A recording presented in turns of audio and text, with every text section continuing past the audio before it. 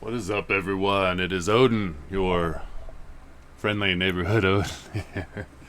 Working on a new page and making another video just for the sake of it, I guess. But had a nice, relatively lazy Sunday. I got a lot of stuff done, but it was pretty uneventful and lazy, and yeah, a lot of drawing done too. So those who were in the stream last night for 80s Made Consumers channel would know that we came up with the most amazing idea for a comic book quantum retard.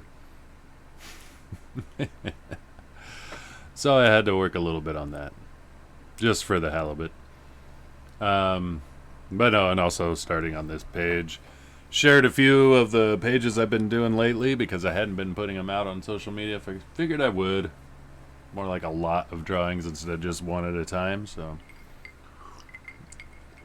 yeah. And then having my drink, I went and got some ice cubes and realized when I opened the freezer, I have a ribeye steak there waiting for me when I'm ready for it that I forgot all about. Fucking steaks are expensive right now, man. So that's a real treat when I get to cook that up. Yeah, other than that, so Saturday before we streamed, I went to a friend's memorial. It was I called her the godmother of karaoke in Spokane. She was a wonderful woman. She was the first person I met at the Star, which is where I do my karaokeing most of the time, and it was because of her. I went in one night with some of my other bandmates, and just for fun, you know, they're like, "Hey, let's go sing karaoke just for the halibut." Uh, I go in there and I sang one song, and her name was Sharon, and Sharon was a beautiful soul, awesome woman. She heard me sing, and then I went up for another song, and she says, "Hey, you're a really good singer." She goes, "I bet you would do really well with this song. I think it's the hardest song for a male to sing." And I was intrigued, of course, and she said, "It's Leah by Roy Orbison." And I said, "Well, lady, you're in luck because that happens to be one of my favorite songs to sing." So then got the mic and did Leah and killed it, and she left impressed by my singing skills. I left impressed by her awesome, marvelous spirit and personality. And next time I went back, she wasn't there. There was a tip jar for her for some medical costs, and there was another gal sitting there, a younger gal, and her name is Alyssa, and that's Sharon's daughter. And then Alyssa and I became friends, but yeah, I threw some money in there for Sharon. I said the only reason I came back was because your mom was so awesome. Then got to know Alyssa and know that she's equally awesome.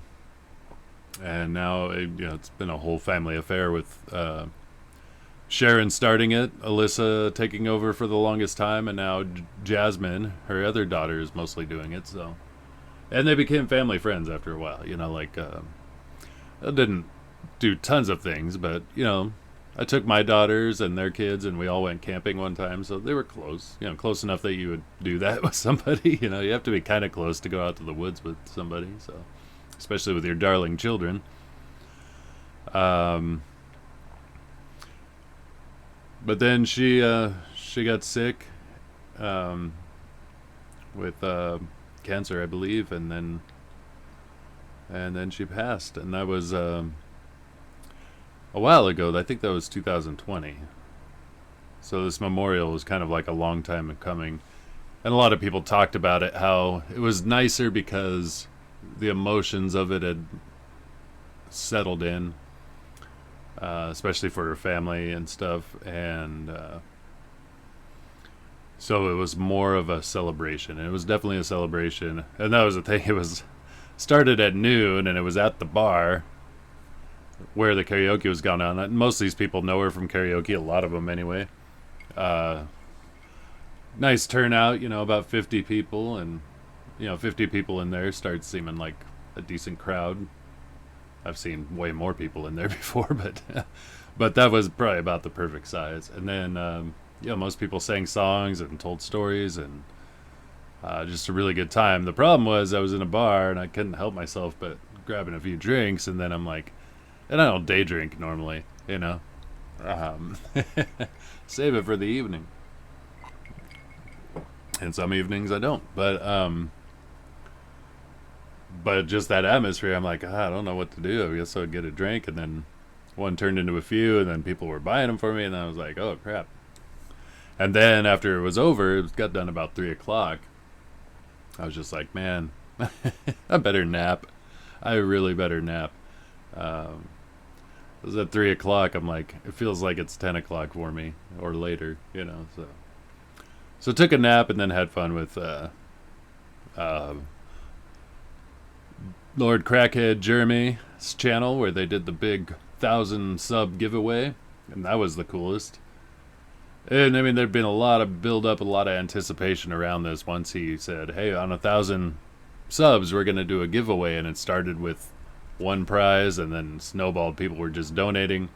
I mean, nobody knows who I was, but I mean, I wanted to donate. I was like, "Sure, yeah, I'll give you like a bunch of original art you can give away." But I mean, he had to cap it. There was so many people just giving away stuff, and as it stood, it was a long stream of just giving stuff away. And sure enough, I won a copy of, I can't remember his first name, it's Krager is his last name. Has put out a book called Hammer, and it was a cool concept like post Ragnarok, and I figured that seemed like a thing Odin should get. So when my number was drawn and I won, which I happened to be streaming with 80's Made when it happened, and I was like, sure enough, I knew that was going to happen. I was watching so closely before I started the stream with 80's Made. And then people in the chat jumped in. They're like, "You won, Odin! Get over there! You won!" I'm like, "Oh shit, awesome!" So I went over there and asked for that Hammer comic. There was a lot of really cool prizes, but I knew after like kind of the top tier stuff was gone pretty quick that was the one I would have had my eye on. I dig the art style. It's like a black and white book. It's really up my alley. So yeah, I was pretty excited to win. And excited to get that prize, and then streamed with 80's Made, and we had a blast. We met was it Matt Murphy, I believe. Now I'm drawing a blank on his book. I should be more prepared when I talk about these things, but some great discussion, and as the night wore on, it just became a bunch of silliness, and probably offended lots of people if they ever saw it, but then it got pulled because of copyright strike. But that said, I had to do a drawing commemorating that. I don't know that I'm actually going to share it. I shared it with James, and I'll probably share it with 80's Made, but outside of that, I don't think I want it to get out there. That it was fun conceptually, though. Yeah, and then today has just been a day of working out stuff, but yeah, I had that memorial, and there was actually another one, and it was actually not a memorial, it was a funeral that I wanted to go to, but it was at the same time, and that was for a guy on the regional scene I used to play a lot of shows with. I've known him for a long time. We played a lot of shows. We weren't like close, but we played shows and we'd hang out and talk and stuff. We were always cool. But yeah, rest in peace, Randy Beach. I actually worked with his brother Michael, and he's right around my age. I think he was just a couple of years older. It was just really tragic. Always kept himself in great shape, but the guy had some of the best arms. He always wore sleeveless shirts. I'm like, well, I get why. Yeah, like, it's not gay. It's just got nice arms, man. But I mean, obviously it worked for that. But and I always dug hanging out with him. He seemed cool. Like I said, I didn't know him that well, but because it was part of a scene that was a big part of my life at one time, and we played. I'd say his band. Well, I played with him when he was in a band called Burnt Offerings, which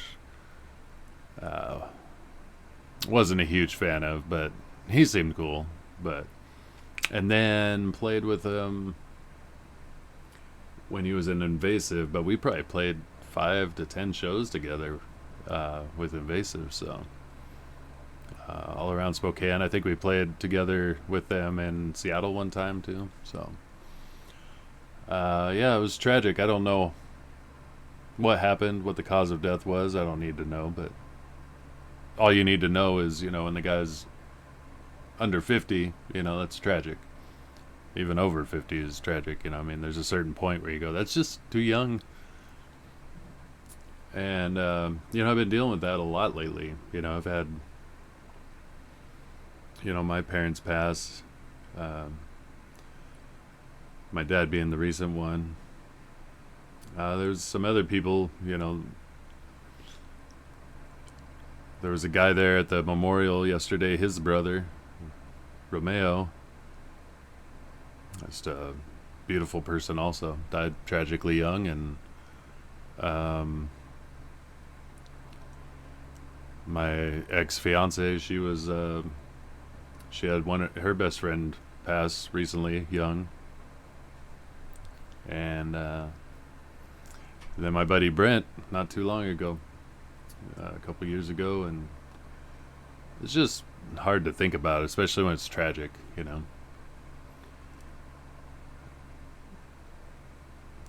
But it puts perspective on things. It makes you want to appreciate life and do your best and enjoy it, and love on the people around you, because nobody knows, You do what you can to hedge your bets and try to stay healthy and do what you can.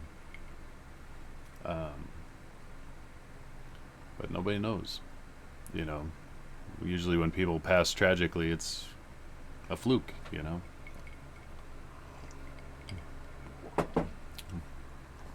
But it gets you contemplative. Anyway, I was going to draw more on this, but now I'm getting super tired. It is getting late, but I'm not sure why I was making a video tonight, just for no reason. I thought I would probably commiserate on death and life a lot more, but I think I'm too tired. And sometimes there's just nothing to say, Yeah. But I did want to say that Sharon was a